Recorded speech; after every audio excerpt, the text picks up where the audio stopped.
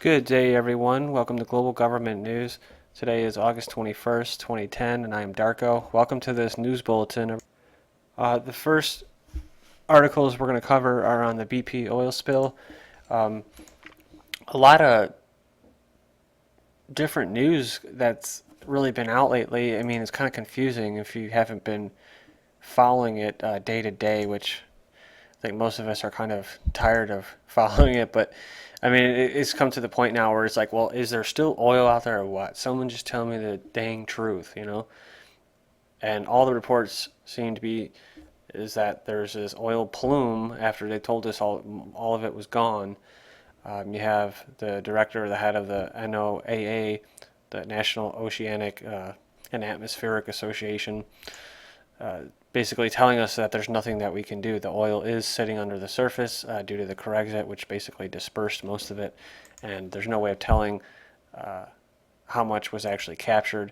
Actually, what he said was most of the oil that was contained was burned off. Most of the oil that they actually collected was burned off. That's everything else was just kind of put under the surface and hidden. So this is from ABC News, and it's titled Major Study Charts Long-Lasting Oil Plume in Gulf. New study, oil plume under Gulf surface is big, 22 miles long and likely to survive a while.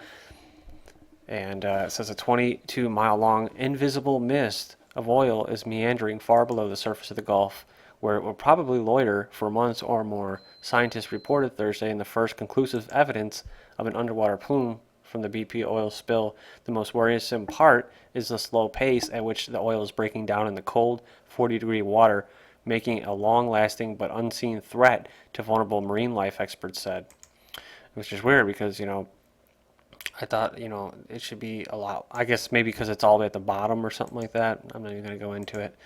Earlier this month, top federal officials declared the oil in the spill was mostly, quote, gone, and it is gone in the sense that you can't see it. It says, but the chemical ingredients of the oil persist more than a half mile beneath the surface, researchers found. And that's crazy. The actual chemical ingredients are still down there. But yeah, that's exactly what it is. It's out of sight, it's out of mind, and it's exactly the purpose of it. And then they'll come out and they'll tell you right in your face and laugh, like in that video where the individual behind the NOAA rep was basically saying, "There's nothing that we can do. There's all this oil out there. Just what do you want me to do?"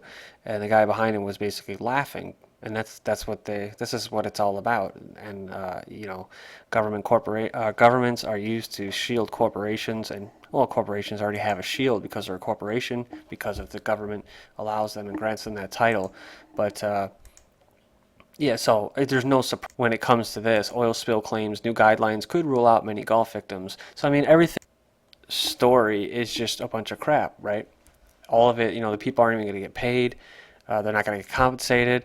And nobody's even really talking about the health concerns. You got this salmonella thing going around with this egg recall that I'm about to cover. But who knows? I mean, maybe the fish and the seafood and all that, maybe it's not that healthy. I don't know. Could we get salmonella from this oil spill and that and the stuff in the food? I don't know. I'm not a scientist, but it's been on the rise since June and July, and I'm going to show this chart. But let's finish up here. It says, and the oil is degrading at 1/10 the pace at which it breaks down at the surface. That means, quote, the plumes could stick around for quite a while. So study the co-author Ben Van Moy of the Woods Hole Oceanographic Institution in Massachusetts, which led the research published online in the Journal of Science.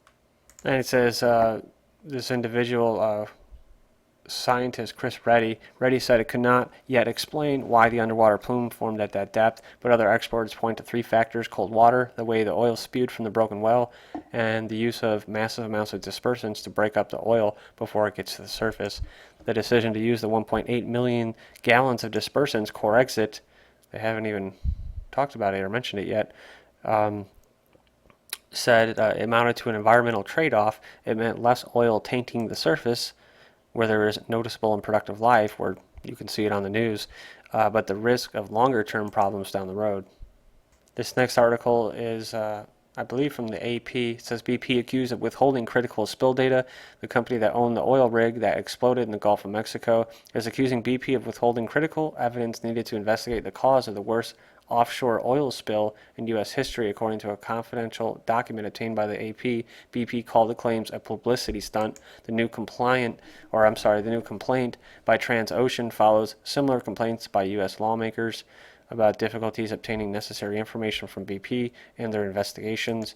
Said in a sternly worded letter to BP's attorneys, Transocean said the oil giant has in its sole possession information key to identifying the cause of the, quote, tragic loss of 11 lives and the pollution in the Gulf of Mexico. BP's refusal to turn over the documents has hampered Transocean's investigation and hindered what it had been able to tell families of the dead and state and federal investigators about the accident, the letter said.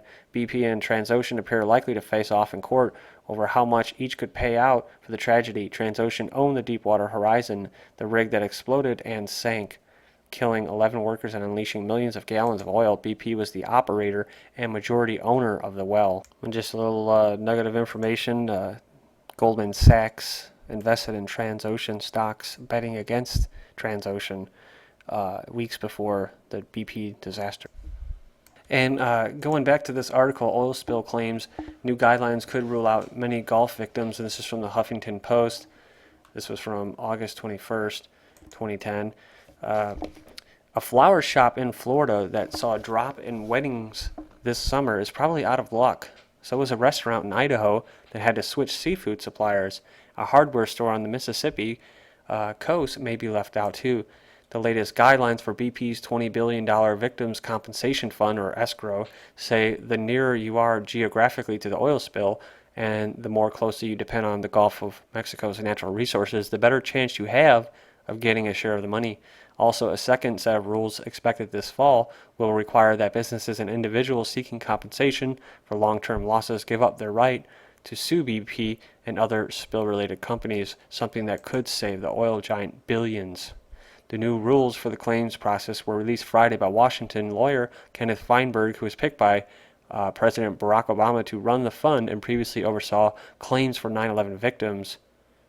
Oh man, that sounds shiesty.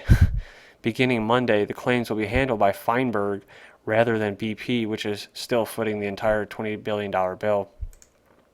Who gets paid and who doesn't will depend largely on how much proof there is that losses were caused by the spill and not by something else, such as a recession. Feinberg's guidelines say the key factors include a claimant's geographic proximity to the disaster and how much the business or property is linked to, quote, injured natural resources. And yeah, I mean, as far as getting claims, getting your money back, these fishermen may get, some of their money back that they lost, but I doubt that it's going to be, how could I say this, a fair remedy, and it's going to be doled out in perks, and it's not good. It's going to be used for bribes and all kinds of ugly stuff. This is BP spill victims given compensation warning. It says victims of the BP oil spill should be prepared to wait years, perhaps even decades, for compensation.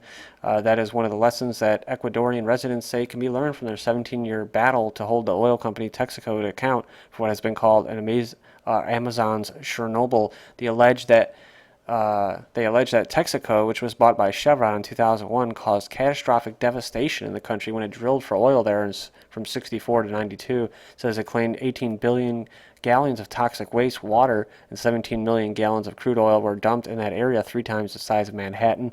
Campaigners say it's the worst oil-related environmental disaster in the world. This is last month, a delegation of indigenous people from the country traveled to the Gulf of Mexico to meet with people that have been affected with the Deepwater Horizon spill and pass on the lessons they have learned. Mr. Hahn said that Texaco's oil drilling has caused cancer, miscarriages, and cases of childhood leukemia, with one study estimating 1,400 cancer deaths. And this is the reality of it. He said people have lost parents, brothers, sisters, sons, and daughters. Indigenous groups have had to move from their hunting grounds where they lived, and, quote, they cannot really be compensated for.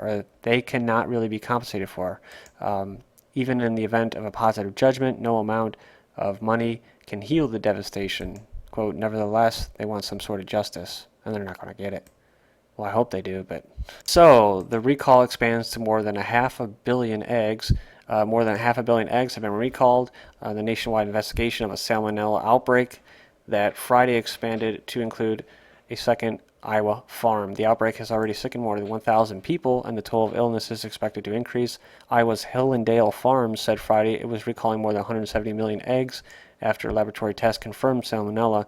The company did not say if its action was connected to the recall by Wright County Egg, another Iowa farm. They recalled 380 million eggs earlier this week, and some of them said the eggs recalled Friday were distributed under the brand names Hillendale Farms, Sunny Meadow, Wholesome Farms, and West Creek. The new recall is applied to eggs sold between April and August.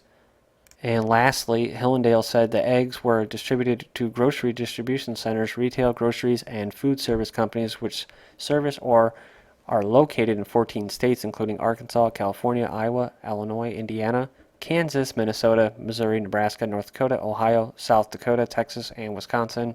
And I checked this out according to the CDC. It says investigation update, multi-state outbreak of human salmonella, and it said associated with shell eggs. And here you can check this right here. When it really started to go up was probably around April, I'd say. And this is where we're at right now. And it says illnesses that began during this time may not yet be reported. So this is another coverage of it. Recall expands to more than half a billion eggs. It says more than half a billion eggs have been recalled. Nationwide investigation of salmonella outbreak that Friday expanded to include second Iowa farm. The outbreak has already sickened more than 1,000 people, and the toll of illnesses is expected to increase. It's kind of another update. Roughly 2,000 people have fallen sick this summer from salmonella arthritis in what has become one of the biggest salmonella epidemics of the year. And there's almost 3 times as many cases as would be expected from recent trends, according to a report from the CDC, which I just covered. And I just want to ask again if anybody knows whether the water quality from the BP spill and the Corexit and all that, if they know anything about a correlation between the salmonella outbreak or the rise. You saw the chart. It started pretty much around when the BP oil spill started. If anybody knows for sure whether there could be actual cause and effect from that with the seafood and that, and then the increase in salmonella cases, then please just let me know. If there's totally not, there couldn't possibly be a link, then let me know as well. This is Swedish officials withdraw arrest warrant for WikiLeaks founder, say rape accusation unfounded. Swedish authorities revoked a short-lived arrest warrant for the founder of WikiLeaks on Saturday, saying a rape accusation against him lacked substance. Julian Assange, who was believed to be in Sweden, remained under suspicion of a lesser crime of molestation in a separate case. Said the nomadic 39-year-old Australian dismissed the allegations in a statement on WikiLeaks. Twitter page and charges are without basis, and their issue is a moment and deeply disturbing. And it kind of almost makes me wonder, because people have said, I've heard these stories where they're saying that he's actually, establishment. And of course, I wouldn't be that surprised because it does seem like, it's voluntary, but it does kind of seem like a corporate kind of controlled leak. And this guy's kind of, he, like I said, he's nomadic. He doesn't have a real place that he lives. I guess he says he lives in airports. And he's only 29 years old, the same age as me. And he has all white hair normally when you see him in pictures. Something really odd about that guy. And I don't know if he is establishment, but it just seems like something that just to protect his image and make him seem legitimate and grassroots, that they would do something like this, rape accusation, and then retract it. Last couple articles, the universe will expand forever. New NASA study on dark energy concludes the universe will continue to expand, NASA scientists concluded in a new study that sheds light on the greatest astronomical puzzles, quote, dark energy. LA, big one, could come sooner than expected. Strong earthquakes along the San Andreas Fault in Southern California are more frequent than previously thought, so the dreaded, quote, big one could be just around the corner, U.S. researchers said. And this is masterminds, mosque, and mass insanity. War on terrorism propaganda ratcheted up ahead of war escalation. And yeah, this whole ground zero thing, I don't like it. All it's doing is building up anti-Muslim sentiment, divide and conquer, and bringing on the war on terror threat again in the minds of the slaves. And finally, Australia to fine non-voters. The Commission has decided to fine citizens who fail to cast their ballots.